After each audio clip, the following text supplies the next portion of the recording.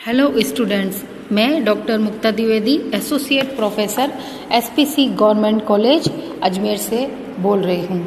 आपके 7th paper public administration के अंतर्गत हम आज अध्ययन करेंगे प्रधानमंत्री और मंत्रिपरिषद के संबंध में। जैसा कि हम सभी जानते हैं, भारत में संसदात्मक शासन व्यवस्था की स्थापना की गई है। अगर हम संसदात्मक शासन व्यवस्था के स्थान पर अगर हम मंत्रिमंडलात्मक शासन प्रणाली कहें तो भी कोई अतिशयोक्ति नहीं होगी, क्योंकि सैद्धांतिक रूप से संविधान के द्वारा कार्यपालिका शक्तियां राष्ट्रपति में निहित की गई हैं, फिर भी कार्यपालिका की समस्त सत्ता मंत्रिपरिषद में निहित है, जैसा कि संसदीय शासन व्यवस्था में होता है। और इसी वजह से वास्तव में मंत्रिपरिषद ही समस्त शासन की शक्तियों का प्रयोग करती है। मंत्रिमंडलात्मक शासन के जो लक्षण होते हैं वो होते हैं कि इसमें दोहरी कार्यपालिका पाई जाती है, यानी संसदीय शासन के अंतर्गत दो कार्य होते हैं, जिसमें एक तो रस्मी प्रधान होता है और दूसरा वास्तविक होता है। जो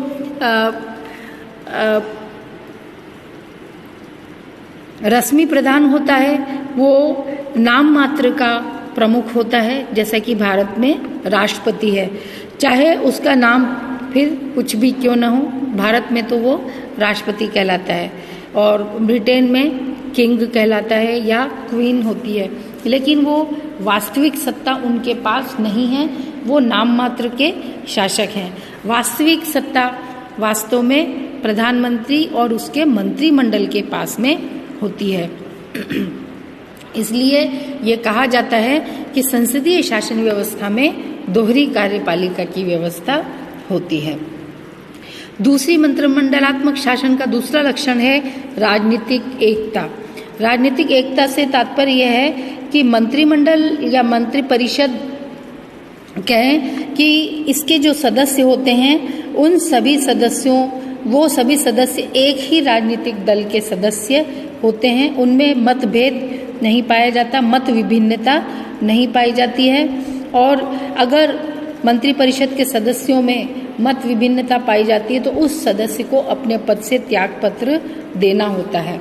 और इसीलिए राजनीतिक दल के कार्यक्रम और नीतियों के अनुरूप प्रधानमंत्री और मंत्रिपरिषद काम करते हैं, और संसदीय शासन व्यवस्था में वो एक टीम के रूप में संसद में प्रस्तुत होते हैं। प्रधानमंत्री का नेतृत्व मंत्रिमंडलात्मक शासन व्यवस्था का एक प्रमुख लक्षण है।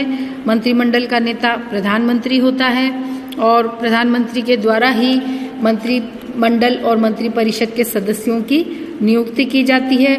सदस्यों के बीच में विभागों का वितरण या मंत्रालयों का वितरण भी प्रधानमंत्री की इच्छा से होता है, और प्रधानमंत्री किसी भी मंत्री से कभी भी त्यागपत्र मांग सकता है। चौथा इसका लक्षण है सामूहिक उत्तरदायित्व। सामूहिक उत्तरदायित्व से तात्पर्य यह है कि मंत्रिमंडल के सदस्य व्यक्तिगत और सामूहिक रूप से संसद के प्रति उत्तरदायी होते हैं।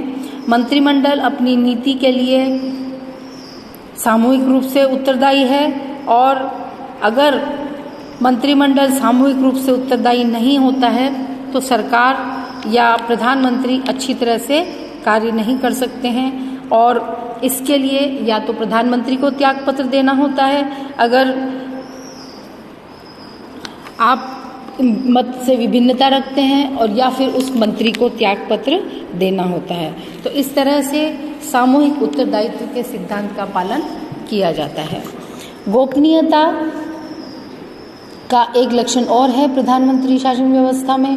मंत्रिमंडल की कार्यवाहियों की गोपनीयता इस शासन प्रणाली का प्रमुख लक्षण है।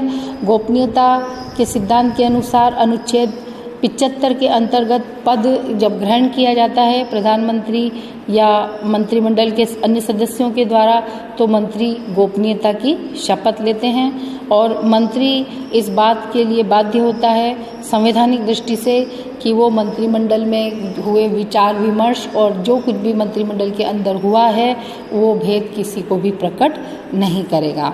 और एक और प्रमुख मंत्रिमंडलीय शासन व्यवस्था की प्रमुख विशेषता है वो यह है कि विधायिका और कार्यपालिका का घनिष्ठ संबंध पाया जाता है।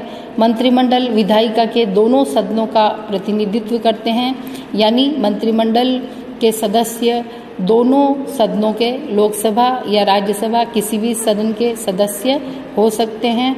प्रधानमंत्री किसी को भी मंत्री बना सकते हैं, लेकिन उनको 6 महीने के भीतर किसी सदन का सदस्य होना आवश्यक होता है, अन्यथा उसे अपने पद से त्यागपत्र देना होता है।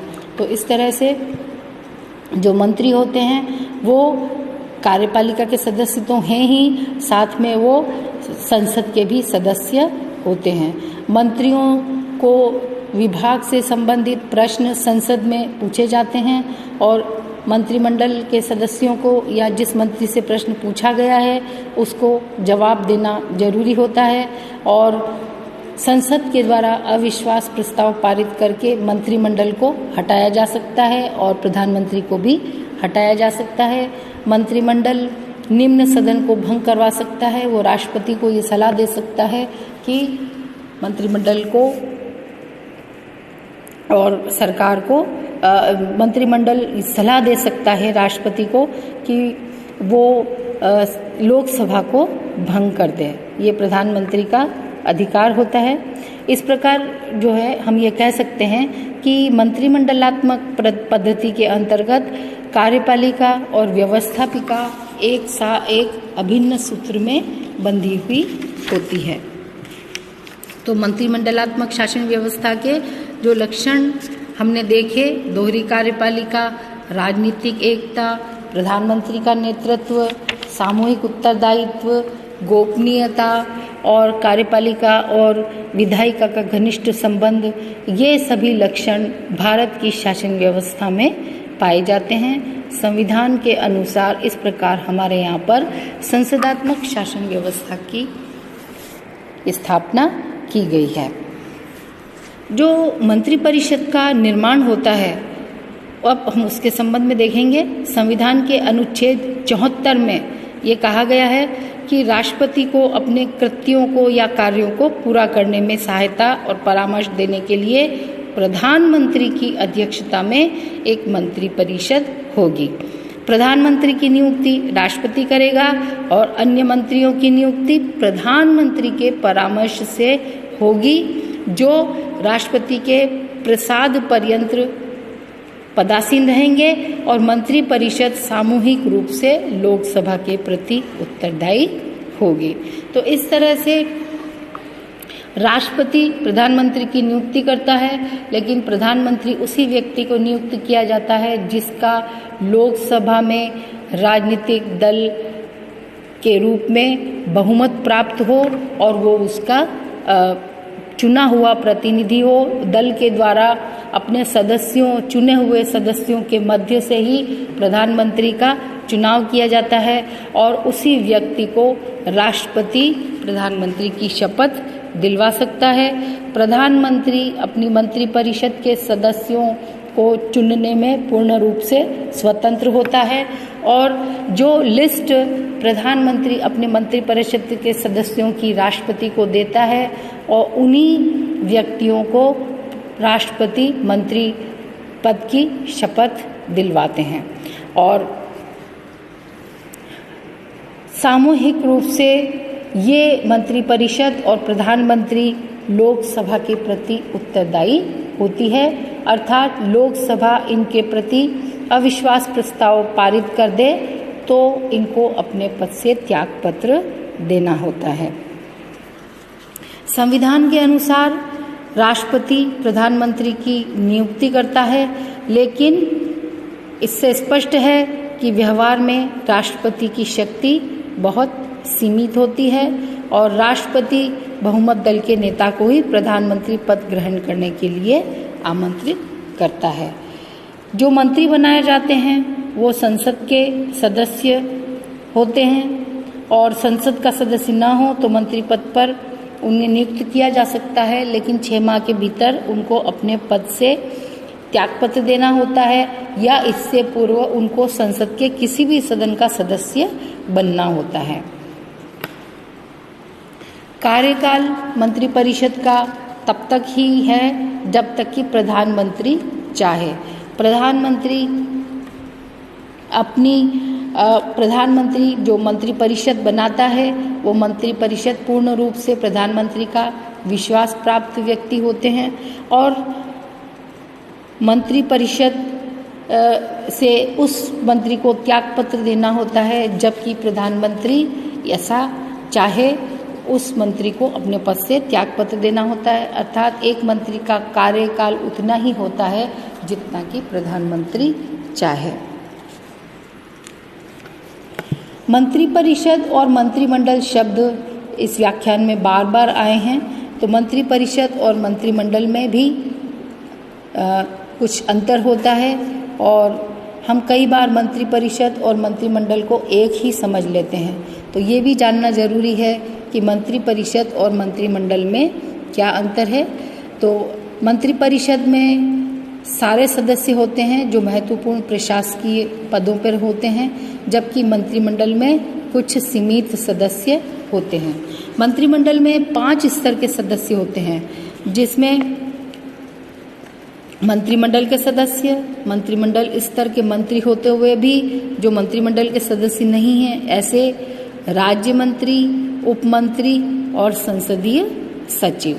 जो कैबिनेट स्तर के मंत्री होते हैं उन मंत्रियों का जो स्थान है वो सबसे ऊंचा होता है और इनको कैबिनेट कहा जाता है।